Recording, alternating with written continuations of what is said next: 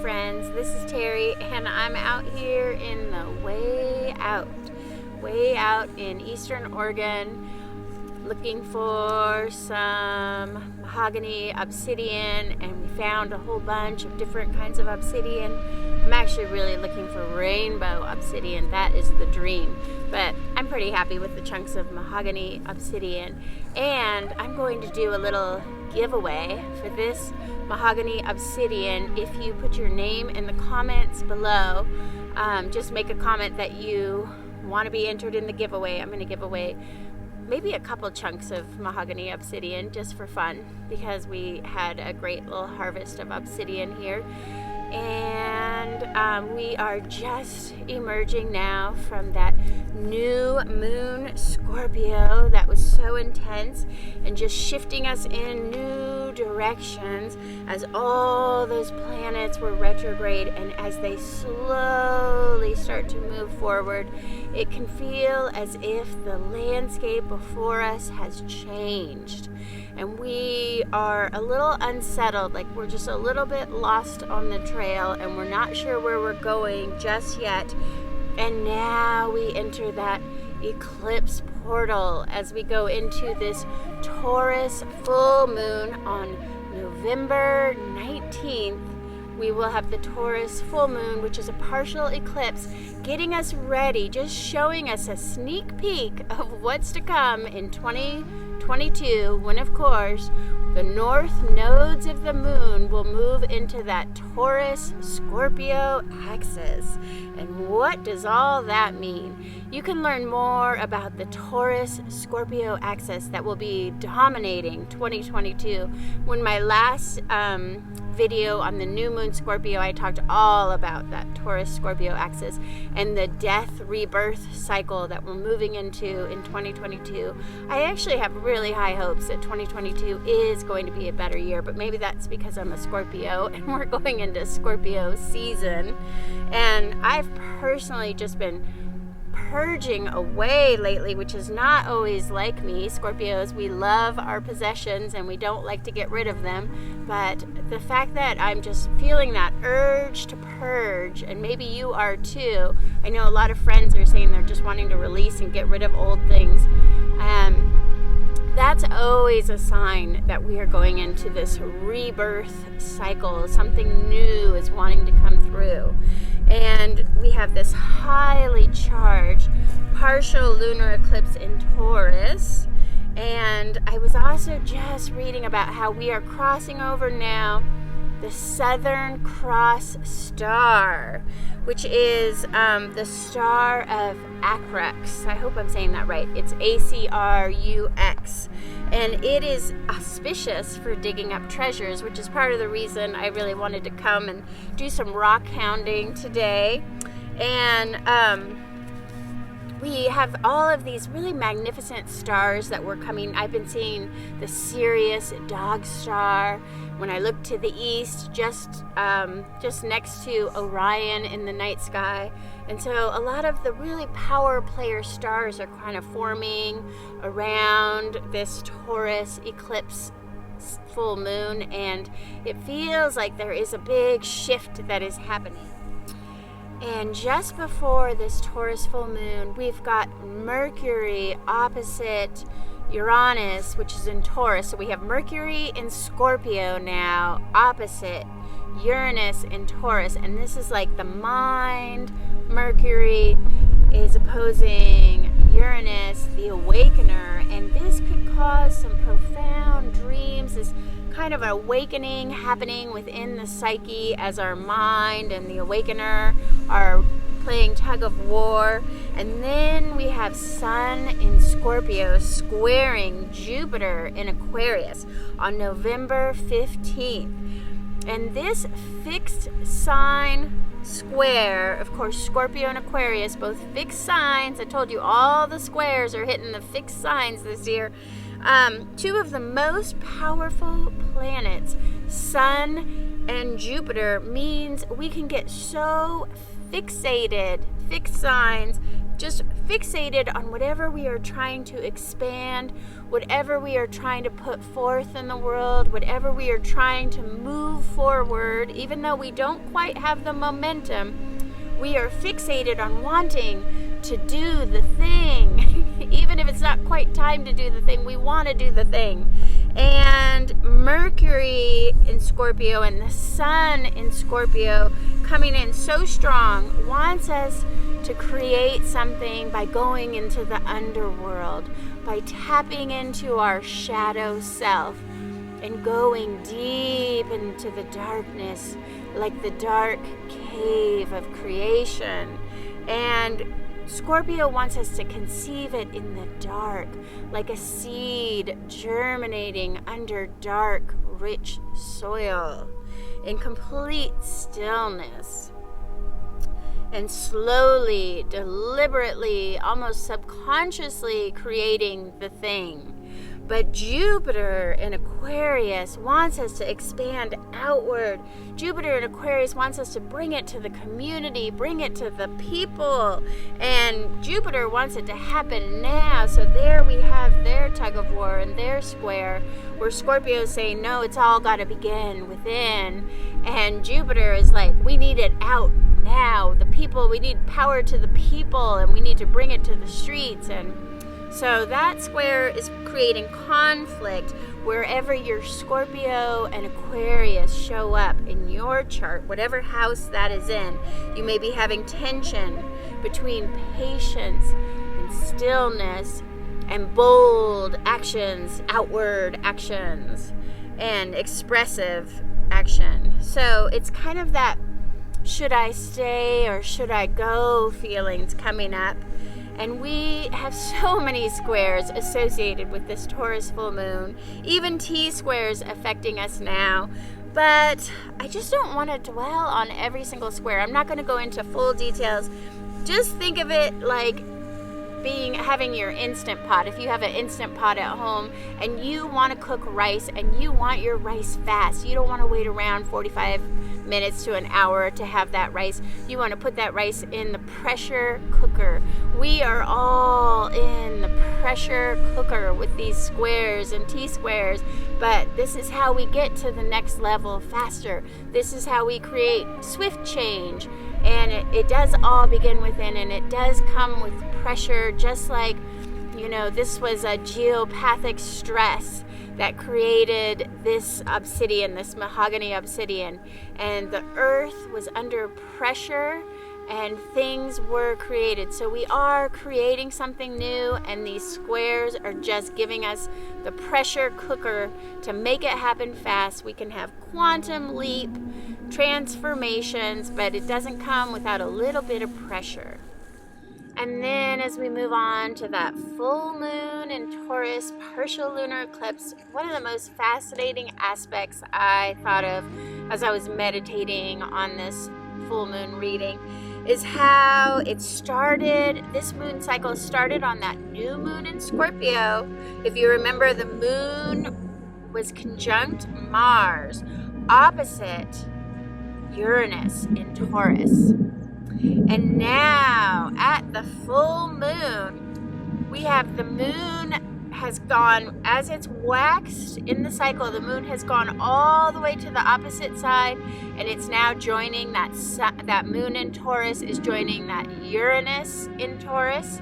And so now we're on the other side, but we still have that same opposition. We still have that Mars in Scorpio and the Sun in Scorpio now opposing Taurus in Uranus in Taurus and the full moon in Taurus. And what this reminds me of is if you had like a group of 3 friends, if you've ever had a friendship with 3 people, it can be kind of tough. Sometimes you get into those friendship triangles where people are fighting, or maybe 2 people. I used to have friends in high school where 2 friends would be fighting and I would be sort of the peacekeeper mediator. And that's what this moon reminds me of, because it's as if the moon is that mediator, peacekeeper friend, and Mars in Scorpio is like that friend who's just really out of control, warrior, likes to get in fights, has a violent temper and just can act so rashly. They just act before thinking. And the moon in Scorpio was like, hey, let's try to uncover what's going on. Why are you so upset with Uranus and Taurus? Why are you guys having this tug of war that is going on between Mars and Scorpio and Uranus and Taurus? And then after that, the moon traveled around to Uranus and Taurus and said, hey, Uranus and Taurus, what's going on? Why are you so mad at Mars and Scorpio? Why are you playing this tug of war? And the moon now at this full moon time is really trying to get Uranus in Taurus to just sort of let go and release, because of course full moons are all about letting go and releasing something. And so if you have some anger, there can be a lot of anger with this lunar cycle. There's a lot of discord that could be coming up, and now it's time to just try to let that go. And the moon is just shining a light on what it is we have to let go. But I have to say, this aspect is a very warring aspect. I mean, Mars in Scorpio wants to start a war, and Uranus in Taurus is those unexpected, shocking Earth events. And so we are definitely seeing some solar storms, just like we were last time. We're still having solar storms and winter storms that seem to be coming earlier than usual. And Uranus in Taurus is very unexpected, so a full moon lunar eclipse could be just really something raucous in the earth. And even as we're recording it, it's so funny. We just had, I don't know if you heard them, but there was these jet fighters. We're way out in eastern Oregon in the desert, and there's these jet fighters that are just training, and they're swooping down and flying really low to the ground. And it was funny. I'm just thinking, whoa, this Taurus full moon feels like a war moon, and then we've got jet fighters practicing and training out here. And so I don't know, I don't want to be doom and gloom at all, but there is sort of an angsty energy with this Taurus and Scorpio axis that we're on, and we have this opposing Mars and opposing Uranus. Those are two pretty intense friends to be at war with each other, and the moon is just trying to keep the peace. And the moon being partially eclipsed is like, we don't really have the full story here. There's something going on. There's some anger underneath that has not fully come to the surface. And in 2022, it will reveal itself more as we just continue on this Taurus-Scorpio axis. And so you may be feeling some kind of conflict at this Taurus full moon, partial lunar eclipse. And the best thing you can do at this full moon is just to practice neutrality and just try to not take any sides, or, don't be so feeling that you're right and someone else is wrong. There's a lot of division that we still have in our world, and I know that we can sometimes get into judgment about I'm making the right choices and they're making the wrong choices, and really try to get to that positive neutrality and just don't take any sides in any given situation. Just being like the moon, just listening to all the different sides, going over, talking to Mars, seeing their side of the view. If you have friends or family or any relationship conflicts, just try to just shine a light and listen, and most importantly, do not engage with crazy on this full moon. There is going to be some crazy. Some people are going to have a hard time with this energy, and so it might have some people feeling a little out of their heads or just acting crazy or wanting to start a fight. And just do not engage with crazy. That is my best advice. And we may just see the ending of some relationships over this full moon, or ending with friendships. You may feel you are outgrowing some of your relationships that you can't see eye to eye right now. And just like the old clothes we're purging in this lunar cycle, they just don't fit you anymore. Sometimes we got to just get rid of worn out things, worn out relationships, and maybe you just need to take a break right now with these certain relationships and certain friendships, and that's okay. It's really opening you up to some new energetic vibrations that are coming in, and you may be manifesting some new friendships as we move towards 2022. So don't be afraid to let go of any relationship that isn't working for you.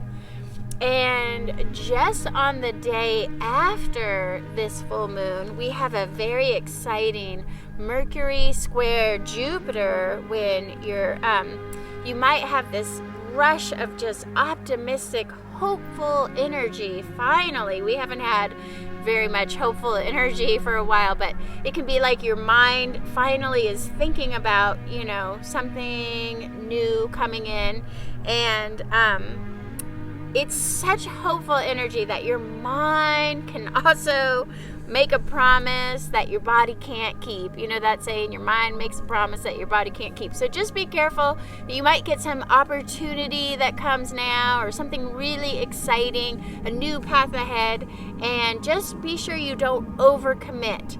We are going into that winter season here in the north, and so you might not have all the energy to fulfill a commitment that you take on right now. Take baby steps, but it is something, some seed of opportunity is probably going to come to you on November 20th. And if opportunity strikes, I say take it, and you will have this positive outlook. A good day for journal writing, or using like your law of attraction journal to just think about what you want to manifest in 2022. You're going to have a more positive outlook. You can dream bigger now. You can really start to think that things are going to be better, and you might also want to do some balancing your checkbook, or even energetic accounting, just to see how much energy you have for all the different projects that you are signing on for now. And just don't promise too much to others in this very hopeful, optimistic aspect. Don't overextend yourself, and just try not to overdo for going into the winter season. And today we also, when we were out in the way out, we also saw a fox. And we heard, once again, just like on the Scorpio new moon, we heard coyote. And I really think of fox and coyote medicine as being the way makers. In the Native American cultures, they call coyote and fox way makers. They show us the directions. They show us these new paths ahead and where we should be going next. And they are also symbolic of something ending. You have death with coyote, and something new beginning. Something is leaving to make way for something even better to come into your life. So don't be afraid of those kinds of changes where we have an ending. You might be going through some kind of ending right now and having turmoil about that ending. Maybe it's a loss of job, or a loss of home, or a loss of a relationship, but know that something even better, it's just making way for something better to come through, and that's coming soon. And we are really in this whole death transformation, preparing for the rebirth that will occur in 2022. And the I Ching that I drew for this full moon lunar eclipse is the darkening of the light. That's just perfect for an eclipse. And it's like that time just after sunset when the darkness takes over, and you might be feeling a little bit lost on this full moon.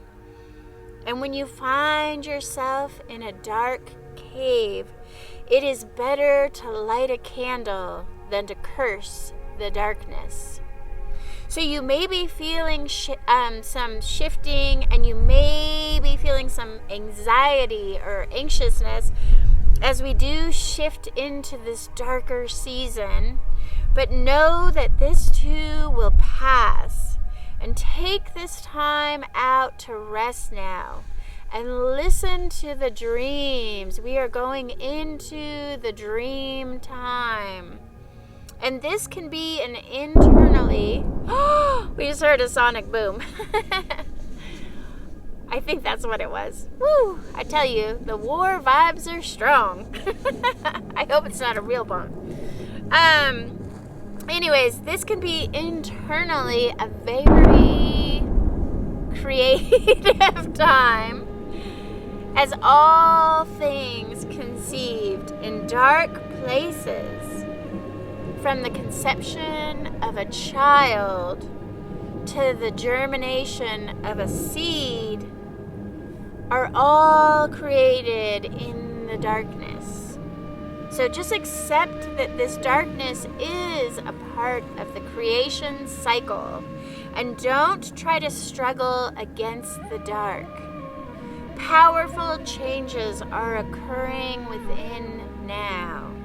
So nourish yourself to support this new process of becoming. And I hope that you have a wonderful full moon in Taurus, and be sure to subscribe as a chance to win. Jenny Schmidt just won a free astrology chart. I'll put her name in this reading. And so every month on the full moon report, I'm giving away an astrology chart just until I reach 1,000 subscribers. And I'm getting closer. I don't know, this December Gemini full moon might be the last free astrology chart. So be sure to subscribe for a chance to win. And I will see you next time for the new moon report. Thank you, and have a beautiful day.